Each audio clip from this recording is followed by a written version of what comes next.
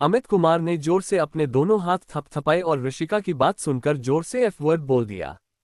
इसका मतलब क्या है? मोना अभी भी कुछ समझ नहीं पाई थी, तो सूरज ने सभी 6 वीडियो खोलकर बैंक में घुसते समय लुटेरों के छोटे छोटे फुटेज को स्लो मोशन में प्ले किया और उसके सामने दिखाया। अगर पहले 4 केसेस में बैंक के बाहर लुटेरों की चाल को सामान्य माना जाए तो 5वें और 6ठे केस के लुटेरों की चाल पहले वाले गैंग से अलग थी। वे चलते वक्त अपने घुटनों को ज्यादा बाहर की ओर मोड़कर कदम बढ़ा रहे थे, लेकिन जैसे ही वे बैंक की मुख्य लॉबी में घुसे उनकी चाल अचानक पहले वाले लुटेरों जैसी दिखने लगी। सीधे शब्दों में 5वें और 6ठे केस के लुटेरों ने अपनी चाल जानबूझकर बदली थी ताकि बैंक की अंदर वाली सीसीटीवी फुटेज में वे पहले वाले लुटेरों जैसे दिखें। वीडियो देखने के बाद मोना ने तुरंत अपना मुंह ढक लिया। उसकी आंखें हैरानी से फैल गईं, वह सूरज को अविश्वास से देख रही थी। उसे बिल्कुल उम्मीद नहीं थी कि सिर्फ 2 सेकंड के वीडियो में से सूरज कोई ऐसा सबूत ढूंढ लेगा जो इमिटेशन क्राइम को साबित कर दे। ऋषिका ने भी लुटेरों को गालियां दी, लेकिन उसके बाद उसकी निगाहें भी सूरज पर आकर अटक गईं। मोना के उलट वह सूरज की बारीकी से चीजों को देखने की स्किल और ऑब्जर्वेशन स्किल्स से चकित थी। अमित कुमार ने अपना पेट थपथपाया और चौड़ी मुस्कान के साथ बोला। उसे पता था कि सूरज उसे निराश नहीं करेगा। अब आगे हमें क्या करना चाहिए? कुछ सेकंड की चुप्पी के बाद मोना अपनी आदत के मुताबिक तुरंत सूरज की ओर मुड़ी, क्योंकि जब भी उसे समझ नहीं आता वह अनजाने में उससे सलाह मांगने लगती है। भले ही हमने पता लगा लिया कि ये नकली हैं, लेकिन हम इन्हें खोजेंगे कैसे? सीसीटीवी फुटेज बहुत छोटा है, ज्यादातर केसेस में सिर्फ 10 सेकंड का।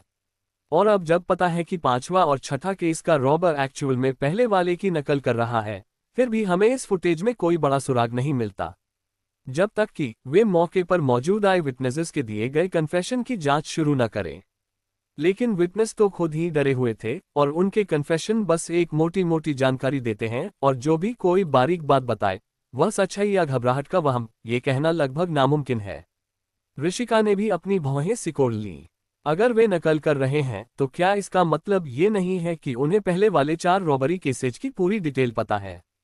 बिल्कुल सही। सूरज ने कंप्यूटर स्क्रीन पर चल रहे वीडियो की ओर इशारा करते हुए कहा, नकल करने वालों को लुटेरों की लंबाई, वजन, कपड़े और क्राइम का पूरा तरीका मालूम होना चाहिए।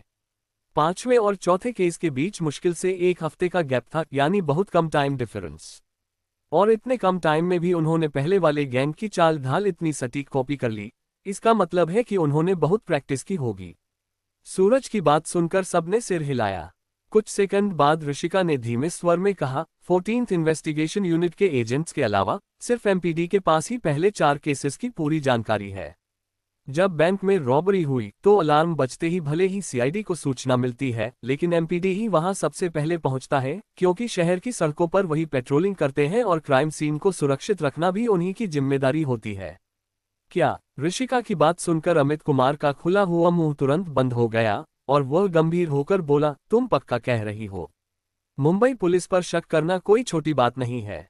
एमपीडी के पास 30,000 से ज्यादा ऑफिसर्स हैं और पूरे देश में सबसे बड़ा पुलिस बजट उन्हीं के पास है। ऊपर से पुलिस अक्सर सीआईडी जैसी एजेंसियों के सामने एकजुट होकर खड़ी होती है, इसलिए बिना ठोस सबूत के सीआईडी उनका सामना नहीं करती। एमपीडी के इस बैंक रॉबरी में शामिल होने की सिर्फ एक संभावना है। सूरज ने सिर हिलाते हुए कहा, उसे नहीं लगता था कि एमपीडी 5वें और 6ठे केस में शामिल है।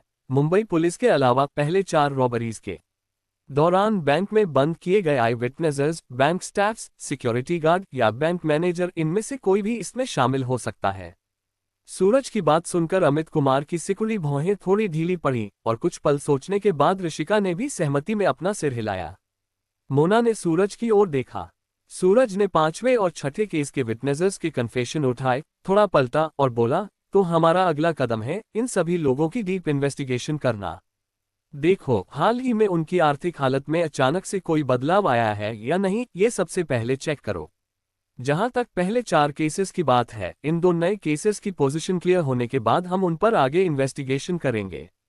ओक। सूरज की बात सुनते ही अमित कुमार के काले उतरे हुए चेहरे पर एक मुस्कान फैल गई। वह अपनी कुर्सी से उठा, अपना बड़ा सा पेट संभालते हुए पीछे बैठे टेक्नीशियनों को हाथ हिलाते हुए जोर से बोला, चलो भाई, अब आईआरएस का काम करते हैं। पहले 4 केसेज में मौजूद हर इंसान को अच्छे से चेक करो। उनकी रीसेंट फाइनेंशियल सिचुएशन की एक एक डिटेल हमें चाहिए। इतने में अमित कुमार ने एमपीडी वाले एंगल को भी नहीं छोड़ा। कुछ सेकंड सोचने के बाद उसने राघव की तरफ देखा और उससे बोला, केस लॉग निकालो और देखो कि मुंबई पुलिस के कौन कौन से ऑफिसर ने पहले के 4 बैंक रॉबरी वाले केस फाइलों को एक्सेस किया है। अगर किसी का एक्सेस पैटर्न अनयूजुअल लगे तो ये बात तुरंत मुझे बताना। हाँ ठीक है। राघव ने गंभीरता से सिर हिलाया और टीम 5 के ऑफिस एरिया से बाहर निकल गया।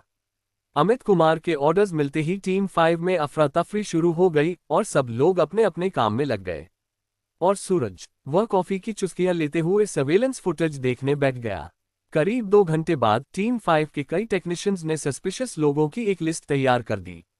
इस लिस्ट में वो सारे लोग शामिल थे जिनकी हाइट और वेट पहले 4 केसेस के बैंक रॉबर्स से मिलता जुलता था, और 5वें व 6ठे केस की टाइमलाइन में जिनके पास कोई पक्का अलिबाई नहीं था। इस सूची में शामिल थे पहले 4 घटनाओं के आई विटनेसेस, बैंक स्टाफ्स के रिलेटिव्स और बैंक के सुरक्षा गार्ड। लिस्ट में पहले लूटे गए बैंक के एक सुरक्षा गार्ड का नाम देखकर सूरज की भौं हल्की सी सिकुड़ी। लिस्ट के अनुसार इस सिक्योरिटी गार्ड का नाम फ्रेडी था। जवानी में वह आर्मी में रहा था। बैंक में उसकी तनख्वाह बहुत कम थी और वह हमेशा एक बेहद साधारण सी जिंदगी जीता आया था। लेकिन हाल की जांच में पता चला कि उसने कोई नई कार या घर नहीं खरीदा, फिर भी ऑफिस के बाद वह एक महंगे स्ट्रिप क्लब में जाने लगा था। और सबसे बड़ा पॉइंट, 5वें और 6ठे केस के दिन फ्रेडी ने बैंक में छुट्टी ली थी और काम पर आया ही नहीं था। ये वह काम था जो फ्रेडी ने पहले कभी नहीं किया था। लिस्ट में उसका रिकॉर्ड देखते ही ऋषिका की भौं थोड़ी सिकुड़ी, लेकिन फिर भी उसने अपना चेहरा सूरज की तरफ मुड़कर कहा, क्या हमें इस सिक्योरिटी गार्ड से मिलना चाहिए? बिल्कुल, सूरज ने सिर हिलाया, लिस्ट जेब में रखी और ऋषिका के साथ आमरी सेक्शन की ओर बढ़ते हुए बोला, चलो देखते हैं कि मिस्टर फ्रेडी शाम को स्ट्रिप क्लब में इसलिए सिक्योरिटी गार्ड बनकर काम करता है क्योंकि उसे पैसों की कमी है, या फिर वो बस मुंबई की नाइट लाइफ एंजॉय कर रहा है। पहला बैंक जिसमें रॉबरी हुई थी उसके बाहर एक काला एसयूवी धीरे से आकर रुका। उस एसयूवी में से पूरी तरह हथियारबंद सूरज और ऋषिका उतरे और फिर बैंक का मेन डोर धक्का देकर खोला और अंदर दाखिल हुए। अंदर एक ओल्ड एजेड सिक्योरिटी गार्ड, जिसका पेट थोड़ा बाहर निकला था, तुरंत उनकी तरफ बढ़ा। Hello agents. वह गार्ड उनसे हाथ मिलाता है, फिर उन्हें लॉबी के लाउंज एरिया की ओर ले जाता है और मुस्कुराते हुए पूछता है, मैं आपके लिए क्या कर सकता हूं? हाथ मिलाने के बाद सूरज बिना समय गंवाए सीधे मुद्दे पर आ गया, फ्रेडी कहाँ है? क्या वह आज ड्यूटी पर नहीं आया है? वह कॉफी लेने गया है, अभी आता ही होगा।